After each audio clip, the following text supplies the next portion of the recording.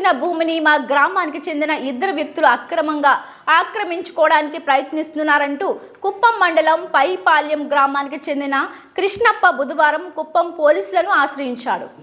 అనంతరం అతను మాట్లాడుతూ మండల పరిధిలోని చెక్కునత్తం గ్రామ పరిధిలో సర్వే నంబర్ 5లో తన తండ్రి తీతప్ప 70 సెంట్ల భూమిని కొనుగోలు చేసినట్టు తెలిపారు. 50 సంవత్సరాలకు పైగా సదరు భూమి తన స్వాధీన అనుభవంలో ఉందని, ప్రస్తుతం తమ గ్రామానికి చెందిన ముని సిద్దప్ప కుమారులు కృష్ణప్ప, ధనశేఖర్ ఇరువురు సమాధిలో ఉన్న భూమిని ఆక్రమించుకోవడానికి ప్రయత్నం చేస్తున్నారంటూ ఆరోపించారు.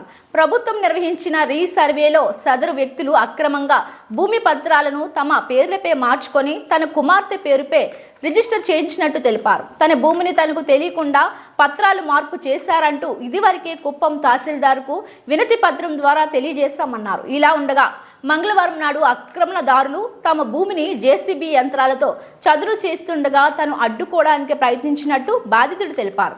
ఈ సందర్భంగా ఆక్రమణదారులు తనపై దాడికి ప్రయత్నించాలని, ప్రస్తుతం బెదిరింపులకు దిగి తన భూమిని అక్రమంగా ఆక్రమించుకోవడానికి ప్రయత్నిస్తున్నట్టు తెలిపారు. ఈ విషయాలను కుప్పం ఎస్ఐ దృష్టికి తీసుకురావడం జరిగిందని, పోలీస్ అధికారులు సమగ్ర విచారణ జరిపి తమకు న్యాయం చేయాలని కోరుతున్నారు. వేరే వాళ్ళు ఆక్రమించుకొని నాది నా పేరు మీద రాసేసిండారు, 10 నెలలు చేపించుకుంటారు. వాళ్ళ దాంట్లో మిస్ అయ్యి ఒక నెంబరు మిస్ అయిపోయింటే దాన్ని పెట్టుకొని రాసుకొని 50 ఏళ్ళకి అనుభవం ఉంది, వడ్లు వేసుకొని పంట వేసింటిమి, మామిడి చెట్లు అంతా నాటింటిమి, అదంతా పోయిడ్సా అనేక వడ్లు వేసుకొని సంవత్సరానికి ఒకసారి వడ్లు వేసుకొని ఉంటుంది. ఇప్పుడు వచ్చి దౌర్జన్యంగా జేసీబీలు పెట్టి ఇట్లా నా పేరు. పైపాల్యం గ్రామం పంచాయతీ చక్రనాయకం పంచాయతీలో 5వ సర్వే నెంబరు భూమిని 50 ఏళ్ళుగా మా స్వాధీనంలో మా దీంట్లో ఉంది. మా నాన్న తీతప్ప స్వర్గస్థులైనారు. దానివల్ల 5వ నెంబరు ఇది నాకు దొరకలేదు. దానివల్ల పక్కలో ఉండి కృష్ణప్ప స్వాధీనం చేసుకొని ఉంటాడు. నేను వచ్చి హ్యాండిక్యాప్స్గా ఉన్నాను. మా తీతప్ప కొడుకు కృష్ణప్పుడు నేను మాకు న్యాయం జరగాలని మరి మన చంద్రబాబు నాయుడు గారిని, మన భువనేశ్వర్ అమ్మ మాకు న్యాయం జరపాలని హ్యాండిక్యాప్ మరీ కోరుతున్నానమ్మా. కొడుకు నేను దేవరాజు, కృష్ణప్ప గారి కొడుకు. మా తాత 73లోనే 1973లోనే అది